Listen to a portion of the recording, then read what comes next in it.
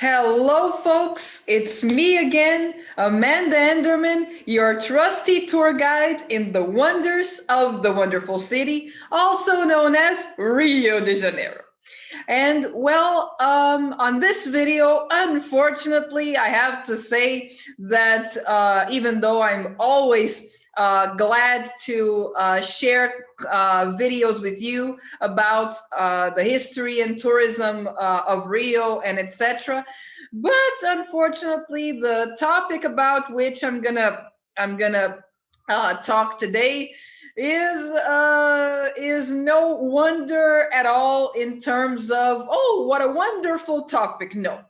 No, in fact, quite the opposite. I guess I could say it's a wonder that such a thing as slavery, as you've probably guessed just by reading the title, which is the title of today's video, which is Enslaving in Rio.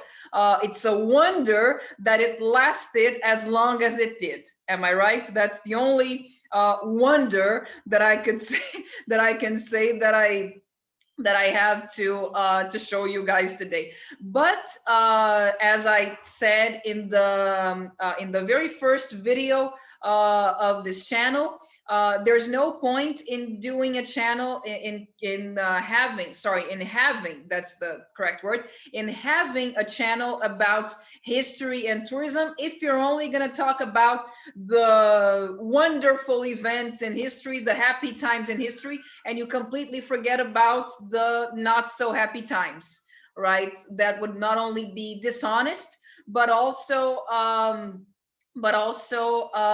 as they say, those who don't know their history are doomed to repeat it.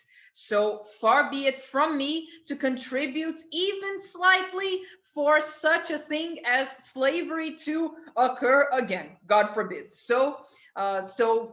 Precisely thinking of that, let's dive into this theme, but specifically how it occurred in the city of Rio. So, and before I get into the theme itself, for those of you who have just arrived here in this channel, I recommend that you watch the first video entitled Nice to Meet You All, where I explain a bit about what this channel is about, who I am, and what we intend to do over here. That way you'll have a better idea of what this is about. Okay, and if you like the content, be sure to like the video, subscribe to the channel, and share it with as many people as you possibly can, so that one day this channel can be a robust YouTube channel, right? And the content here can be spread hopefully all over the world. All right, as it goes in my wildest dreams ever since I started this channel. So without further ado, let's get to the theme. So first and foremost, I would like to dispel a very common belief that most people have, in fact, myself included. I used to believe that myself before I studied it more and all of that. But most people believe that slavery is something that happened only to Africans, and only from the 1500s until the 1800s. Let me tell you right away, no, not at all. But I mean, I wish that would be true, because at least it would have been less of a stain than in history than it actually was. All right, but truth be told, unfortunately, slavery is basically as old as mankind itself, and it happened in multiple civilizations, in multiple cultures. Okay, so yeah, it is a very big stain in the history of humanity, much bigger than we think. Okay, and in fact, as a matter of fact, along the history of humanity, there were basically the most common types of slavery were the following. slavery of a certain ethnic group, which the one we know better is the enslavement of Africans, dark-skinned people, shall we say. Um, but already in the Bible, we have the example of the Hebrews being enslaved by the Egyptians. That's another example of enslavement of a certain ethnic group. And another kind, which was quite common, as a matter of fact, I believe even more common than enslavement of a certain ethnic group, was enslavement by war, as a consequence of wars, of intertribal wars, to be exact. So the winning tribe would enslave the losing tribe. This was, I believe, far more a common thing. And another kind that was quite common as well. In fact, it was written in several codes of law as far back as ancient times, was the enslavement as a consequence of debt. Yes, debt of money.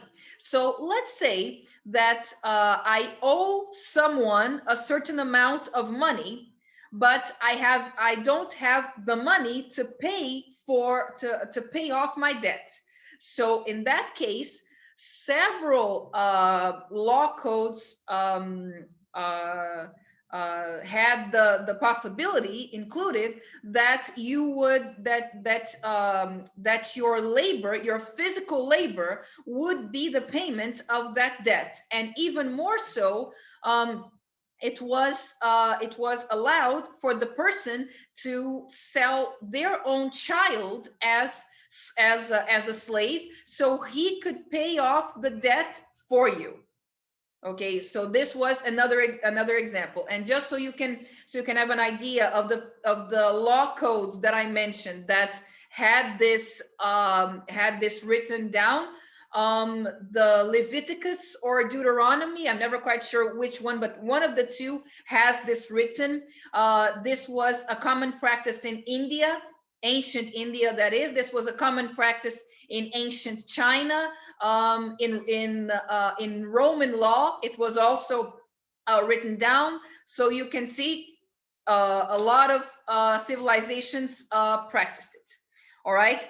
So, but going very specific to Brazil, okay, in terms of Brazil, we have to first of all do a little prologue of it, which was the Portuguese conquest of Africa, okay, which basically it laid the foundations for the enslavement of Africans by the Portuguese. So what was the Portuguese expansion, maritime expansion and conquest of Africa, and how did that play out? So let me share my screen, of course, so you can see here. So here you go. So this over here is a map of the beginning of the Portuguese maritime expansion, which took place in the 1500s. So what happened was that Portugal was interested. They weren't interested in colonizing Africa per se. No, they were interested in colonizing India. This is what they were headed to. This is where this is what they were aiming for, India. And precisely because of what? Of this little thing over here, which it says here in the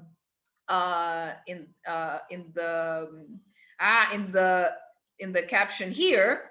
It says down here, spices. Okay, sorry folks, the drawing is in Portuguese, but it says here in Portuguese, spices. Okay, so this spices is what they were after. And you may be asking, but why were they interested in spices, Amanda? Well, there are all kinds of ludicrous theories that have that have become ingrained for us, even that they were having trouble preserving food.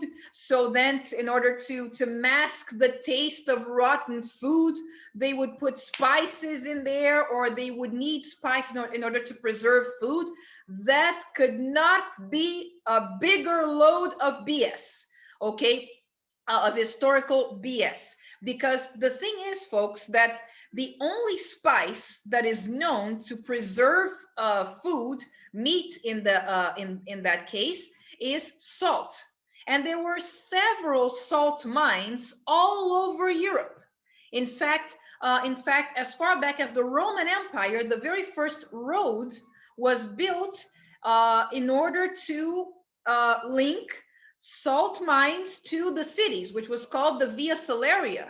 So, and of course, in Portugal, which had been part of the Roman Empire when the Roman Empire existed, there also were several salt deposits. Okay, so they didn't need to go all the way to India for salt. But of course, there were other spices that they were interested in. And why were they interested in that? Put plain and simple, name brands. Spices at the time were very similar to name brands today. So let's say, for instance, I'm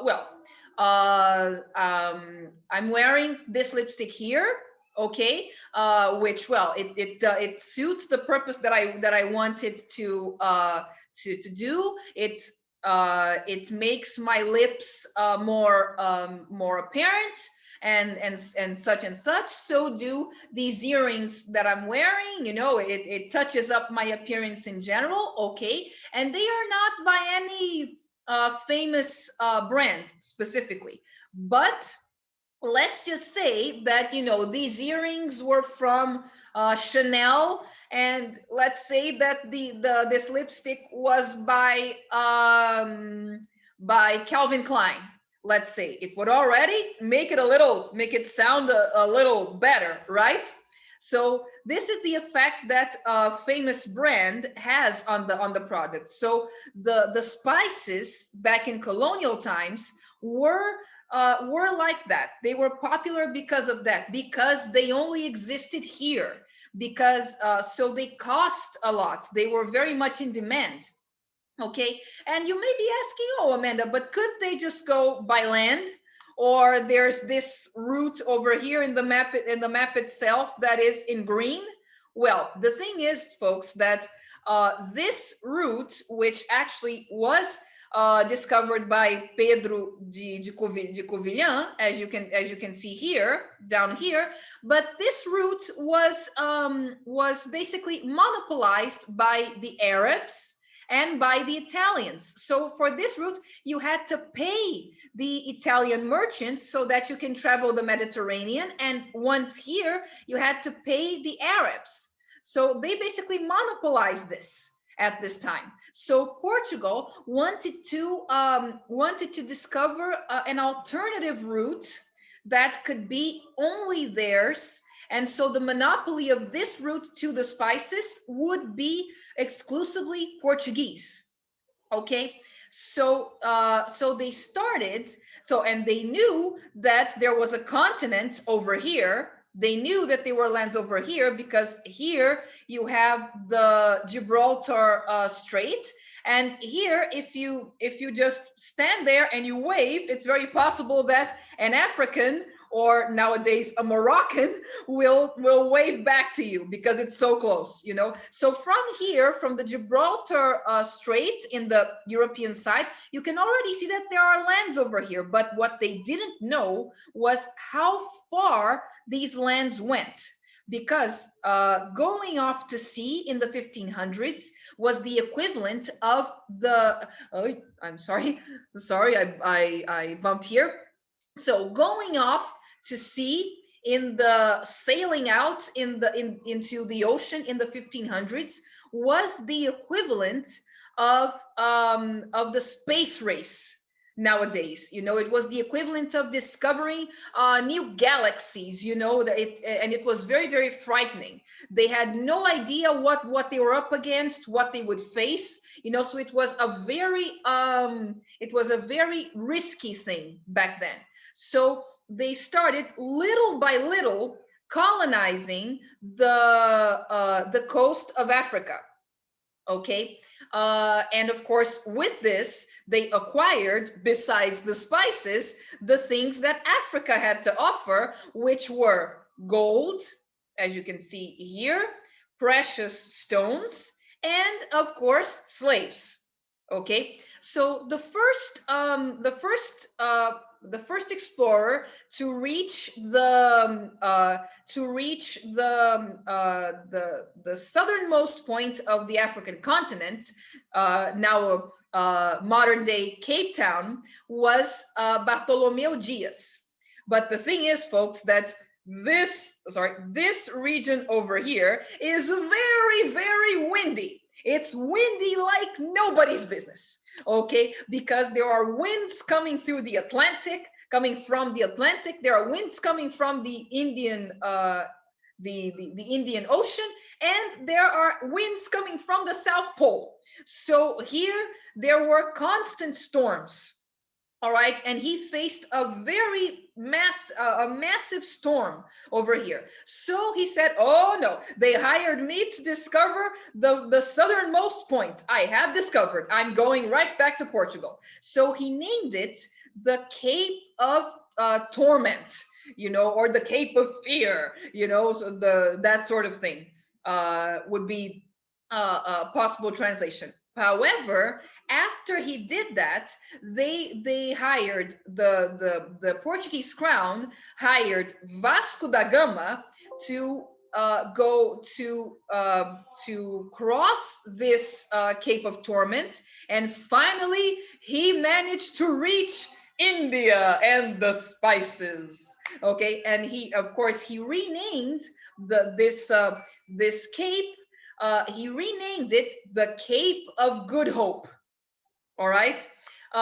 So here, and here you can see that even Pedro Alvarez Cabral, the man who is credited with discovering Brazil, right over here, Porto Seguro, his ultimate aim was also reaching India. And a lot of historians in Brazil say that the only reason why he ended up here to begin with was because of winds that pulled him here. So it was not in his plans. However, others say otherwise. One of those controversies in history. Am I right? But in regards to slavery, which is the theme that we are talking about in this video, okay, so Portugal started enslaving Africans as soon as it started colonizing Africa, okay, basically. And in fact, but you may be asking, but Amanda, the Portuguese didn't know the African continent, and the Africans were far more numerous. How did they manage to enslave them then? Well, this is a very interesting question. They used the same strategy as the Romans did in the Roman Empire. Because you see, there were wars between African tribes, of course. So one African tribe, remember that I said before, the enslavement as a result of wars. So African tribes had the habit of enslaving one another. When they won the wars they were raging. So the winning tribe enslaved the losing tribe. So the Portuguese, much as the Romans did before them, okay, they took the advantage, and they told the winning tribes, they said, "Oh, you know those slaves that you've just acquired, that you have there, that you have to worry about who they're going to work for, about feeding them, about don't worry, just sell them to us, and we'll take care of it. You'll just keep the money." So of course they sold them to the Portuguese. So you see, and what I was saying, much like the Romans did the exact same thing with the barbarian tribes. In fact, Portugal itself during the Roman Empire was called Lusitania, and the Lusitani, which were one of the main barbarian tribes, so-called barbarian tribes that inhabited Portugal, led by Viriatus. When they finally lost to the Roman armies, they were enslaved as well. So it's interesting, right? Portugal had been enslaved in ancient times by the Romans, and now they were enslaving. Oh my goodness. How history repeats itself, right? Well, unless we're careful. So anyways, but funny enough, when Portugal colonized Brazil, they weren't, since they were not interested in settling in Brazil, they were only interested in coming here, getting lucrative things such as Brazil would at this time, and coming back to Portugal. They didn't bother to bring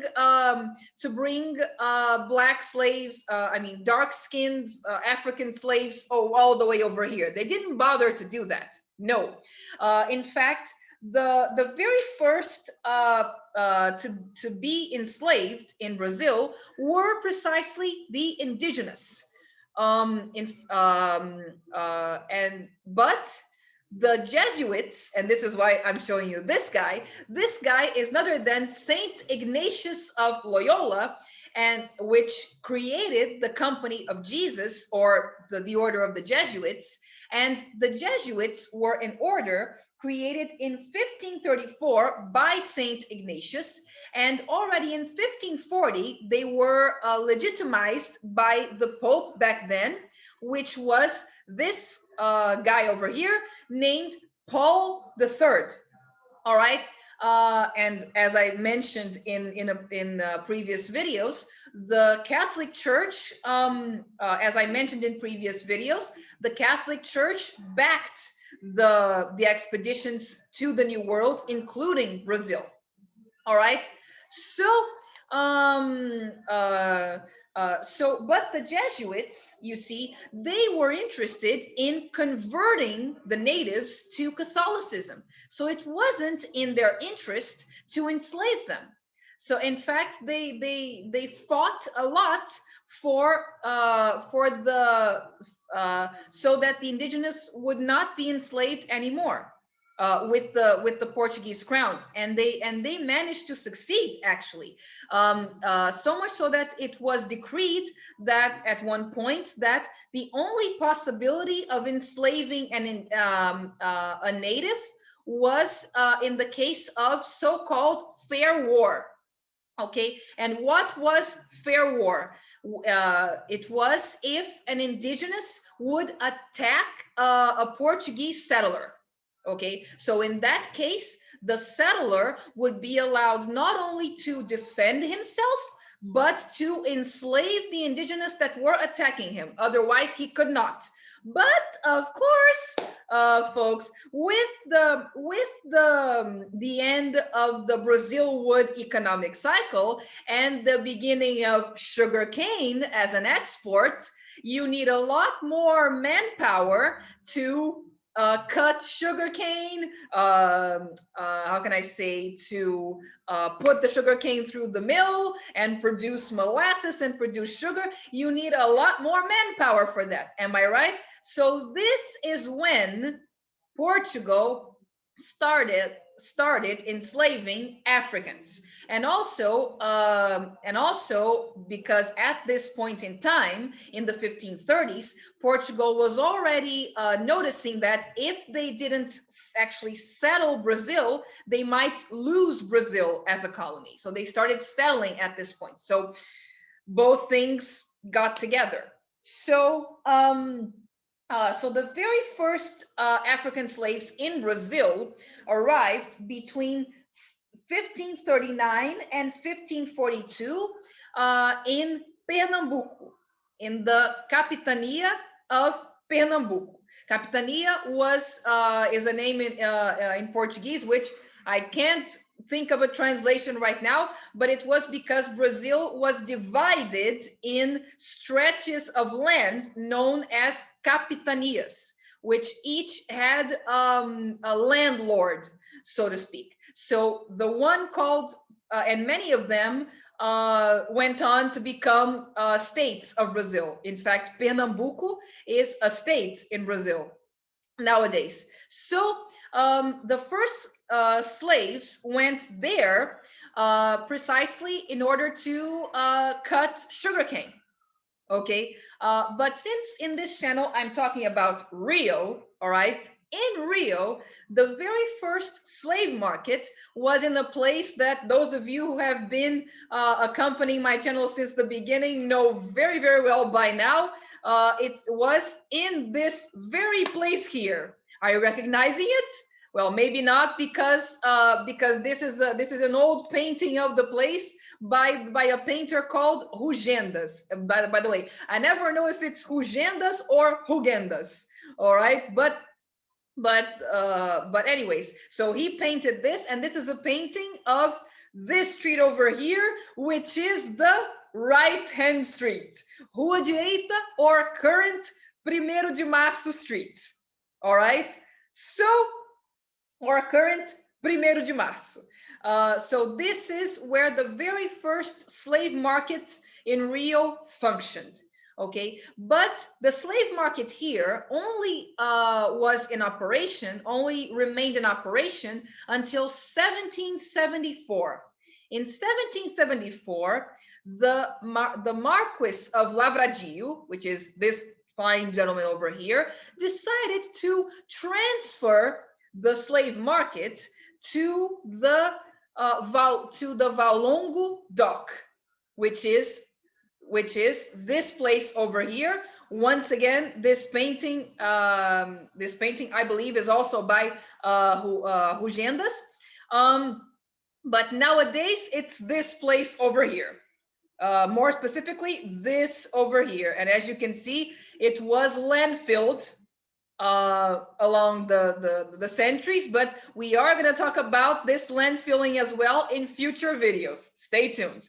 So, but during colonial times, this was the original end of the landmass. Okay, this was it originally. So, but why did he? You may be thinking, but Amanda, if there was a perfectly functioning slave market in the Primeiro de Março street, you say, why did he transfer it to this place? Okay, why bother? So it certainly was not because he woke up one morning and decided, oh, you know what? Things are really kind of boring. You know, I'm gonna transfer the slave market. Nope. It was not because of this. All right, it was for two reasons. The first one had to do with health issues. All right, and the second one had to do with decorum. Okay, had to do with decorum. So let's talk about the first one, the second one first, the one about decorum. So what was it about decorum? Well, the thing is, folks, that as soon as the slaves arrived here, they were stripped of everything they owned, including accessories, clothes, and what have you, and they were left, but they would then be butt naked. All right. So, and at this time, as I mentioned in the Making a Buck in Rio videos, the area of the 15th of November Square was already booming with people. In fact, rich people were living there. So at this time, so it was not something very nice for us, especially for women and children, to see these butt naked slaves, you know, arriving to be sold. And the other issue was health. Okay. So let me stop share real quick so I can emphasize this for you. The health aspect was the following. Well, we all know that the trip in a slave ship was anything but pleasant. You know, as a matter of fact, it was horrible. Okay, and if you want to further learn about this, research about this, I highly recommend that you watch the TV show Roots. In fact, the History Channel has done a remake in 2016 of this series, but the original one was aired in the 70s. You can also watch that one if you like, but the remake is phenomenal in terms of historic precision. All right, and it shows a lot of the horrors to which slaves were submitted in the trip in a slave ship. Even though it talks about slavery in America, not slavery in Brazil, but some things are universal. Okay, but just a slight warning for you guys: if you are of a more sensitive nature, be forewarned that there are going to be strong scenes, violent scenes. So my advice to you, so that you can still study and read about it, is what I do, what I myself do, in fact, is to watch or read whatever it is that has strong images early in the morning. Do a lot of stuff during that day, and that way by night, when you're fast asleep, you won't be thinking so much about it. So let that be a hint for you. Hello again, folks. I'm sorry I had to pause the recording so I could drink a little water, because as you can probably tell by the kind of clothing I'm wearing, it is piping hot here in Rio. So incidentally, let me share my screen again so you can continue enjoying the Valongo dock. But still speaking of the journey in a slave ship, all right, as I was saying, it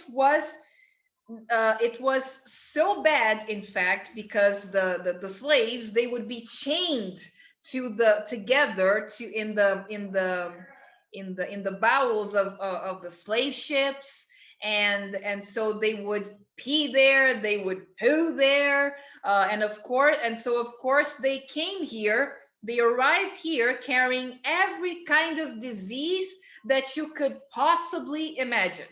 Okay, so the Marquis of Lavradio, another intention that he had was to protect the population from these diseases brought here by the slaves.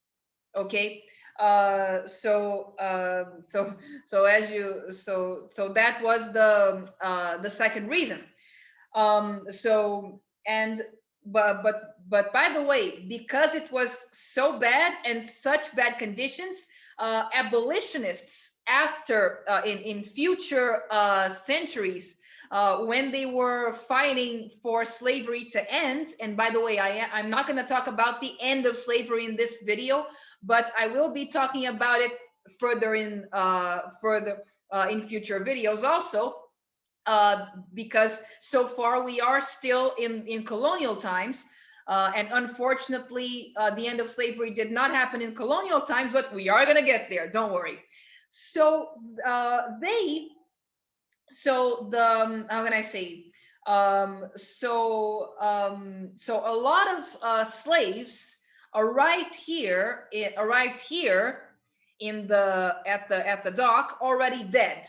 All right, and these slaves that arrived dead were called pretos novos, or roughly translating, new blacks. So these pretos novos that arrived dead were taken to cemeteries, but they weren't cemeteries, they were just mass graves that they just threw them there. They threw the bodies there. And the first of these cemeteries, before the change to this place of the slave market, was in this place over here, specifically this square, which is called Largo de Santa Rita. All right, in front of this church, which is the Santa Rita church. And this was the very first cemetery of this kind. But after the slave market was changed to the Valongo dock, the cemetery also was changed to this place over here, that is the site of this institute, which is nowadays the Institute of the Memory of the New Blacks, which functions as sort of a museum of slavery in Rio and in Brazil as well. So nowadays, of course, because of the current situation, it is closed. All right, as are most of the museums in Rio still, unfortunately. But in future, when they reopen, if you're here in Rio and you would like to know this place, the address is Rua Pedro Ernesto, numbers 32 to 34 in the neighborhood of Gamboa. And the other good news is that the VLT has a stop right in front of it. So it's actually been made quite easy to get there now. And don't I know it, because the first time I visited it, the VLT didn't get there yet. So I had to go on foot from the Carioca subway station, and what a walk. All right, and it was a hot day at that when I went there, but it was very worth my while. I can tell you that for sure. So, but Amanda, but you may be wondering, but Amanda, what about the slaves who didn't arrive dead? The ones who were actually capable of being sold. What then? So those slaves, well, well, they arrived mostly malnourished, but malnourished to the point of skin and bone. Like the way you see me here right now, I am obese compared to the way they arrived, just so you can have an idea. So, and of course, they couldn't be sold like that. Okay. And you may be asking, but Amanda, why couldn't they be sold like that? Well, thank heavens, nowadays, when we even think about enslaving another human being, we get the chills. You know, we get, no, of course not. That's absurd. And may it always be like this. But the problem that happens when people study about slavery is that they look at it with modern eyes, with the eyes of today. And really, in order to understand the logic behind it, you have to look at it and try to think of yourself as a person living back then. All right. So back then, it was normal to own slaves. The abnormal thing to do was not to own slaves, just so you can have an idea. Okay. This is how society operated back then. So the thing is that, and a lot of people, and a lot of history teachers, even when they're trying to get the students to understand this, they say that a slave back in colonial times was the equivalent to an inanimate object, you know, like this keychain, for instance, or even this set of keys, you know, like that. But actually, I think that that's not a very precise comparison, because I don't have to worry if this keychain is skinny or if it's fat or whatever. I don't have to worry about it, except when I want to open my door, you know, except when I want to open the door. So the most precise comparison, in my opinion, would be to livestock. Okay, no one's gonna buy a cow or an ox if the cow is just skin and bones. You have to fatten the cow in order to sell it, right? So the same thing occurred with slaves. You had to fatten them up in order to sell them. So they would then be sent to fattening houses, which would be at least after it was transferred to the Valongo dock, would be located in this square over here, which was known as Lu Deposito, and nowadays the name of this square is Praça dos Estivadores. It is also in the portuary zone. In fact, if you're here and you go straight down this street over here, you'll end up at the Valongo dock. Okay, so the slaves would be brought from the dock over here to these fattening houses that were located here, where they would then be fattened, oftentimes forcibly, with this over here, which is ungu, which is called ungu. If you're looking at this and your mouth is watering, don't feel bad. A lot of people to this day love ungu. My mom is one of them, for instance. My mom loves this very dish. So don't feel bad if you're looking at this and you're like, I want me some of this.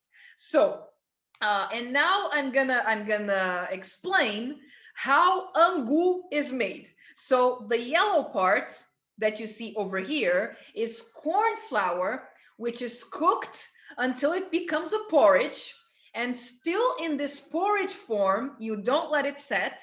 It is served mixed with the pluck of either pork or beef. Still yummy. But I believe here it isn't the pluck of those animals. It's regular pieces of meat.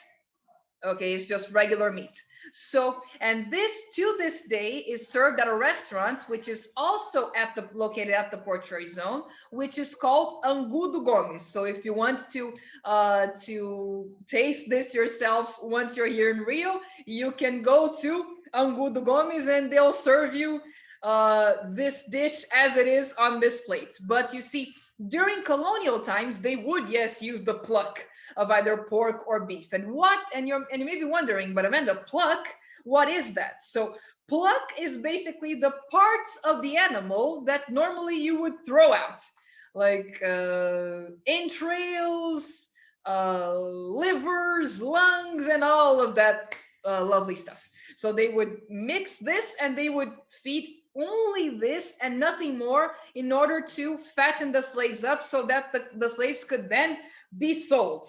Okay, so then after they were sold, most of them were taken to the coffee, sugar, or coffee in later years, and I am gonna get there. So they were sent to better yet, they were sent to the plantations according to the economic cycle that was active at the time. So in order, the economic cycles were sugar at first, gold mines, diamond mines, and then coffee.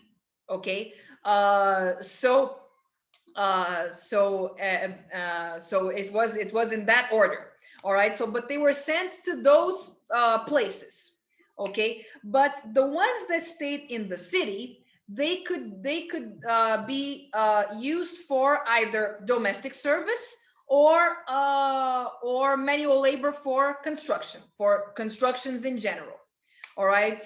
So and our next topic in this video still is a little less bleak topic. You may be asking, but Amanda, was there any hope at all for a slave back in colonial times in Rio to stop being a slave, to be a free man? Was there some hope at all? So, and I'm here to say, yes, there were. There were ways of not being a slave anymore in colonial times still.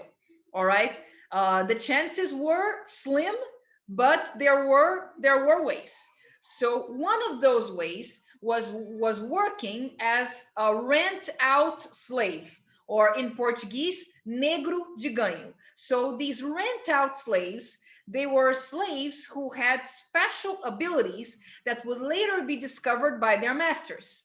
Okay, such as you can see in this picture over here. This slave is selling flowers, as you can see over here in this painting by Jean-Baptiste Debré, as you can see. So, and in this form of labor, a part of the money would stay with the slaves themselves, and a part of the money would stay with would go to the master. So a lot of these rent out slaves would save money and not only buy their own freedom, but get this, they were also able, once they bought their own freedom, they were also able to buy property, and a lot of them, unfortunately, once again, bought slaves of their own. Yes, we had here in Brazil, just like in ancient Rome with the freedmen. In fact, Seneca's letters, they mention a lot a certain freedman in ancient Rome called Trimalchio. So much like the freedmen in ancient Rome, we did have this phenomenon here in Brazil of ex-slaves owning their own slaves. Yes. And not in order to free them. No, in order for them to be their slaves. Yes, unfortunately. So, and another way of no longer being a slave anymore was, of course, running away. And as a matter of fact, to the quilombos. And as a matter of fact, I forgot to mention this, folks, in the beginning of the video, but among the reasons why it was hard, in fact, to enslave the indigenous was because they ran away a lot and they knew the land. So this happened a lot with the indigenous, a lot more than with the African slaves. So, but the quilombos were another alternative. All right. So what were quilombos? They were settlements which were owned by slaves, by runaway slaves, and they were places, they were communities basically where the runaway slaves would find refuge. Okay, so two of them which existed here in Rio were the Quilombo do Sacopan in the region of Lagoa, which was established in the end of the 19th century by slaves who ran away from Macaé and who received the land from get this, from the owner that they used to work for. So you can see that there were small lights in the darkness after all. You know, and another very famous one, which is this place, which was located here at this place, is the Quilombo da Pedra do Sal. Yes, this over here is the Pedra do Sal, or translating the salt stone. And it's called salt stone because during colonial times, the slaves would use this stone in order to carry big bags of salt all the way uphill, where there were warehouses that would buy and sell it, the salt. And in fact, these stairs over here, they are not original of the stone. Originally, the stone was all like this, was all flat, and it was very slippery because the seawater would actually hit the stone. So they would, so the slaves would slip, they would hurt themselves, they would lose the salt, and of course they would be punished for it. So they carved these steps into the stone in order to make their own lives easier. And legend has it that in this region as well, there was a quilombo, which was inhabited by the slaves who were not sold when they arrived from Africa. All right. So, and yet another way of not being a slave anymore was a combination of intellect and, of course, luck. Okay. Which was, and one example of one such man who used this third alternative was this guy over here, which I have mentioned in previous videos, which was called Valentim da Fonseca.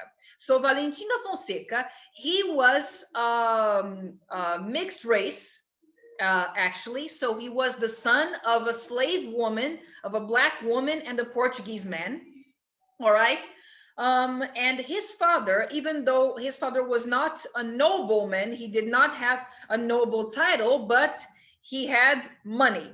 So he had enough money to send, to not only free his own son from being a slave, but he also sent him to study architecture in Europe.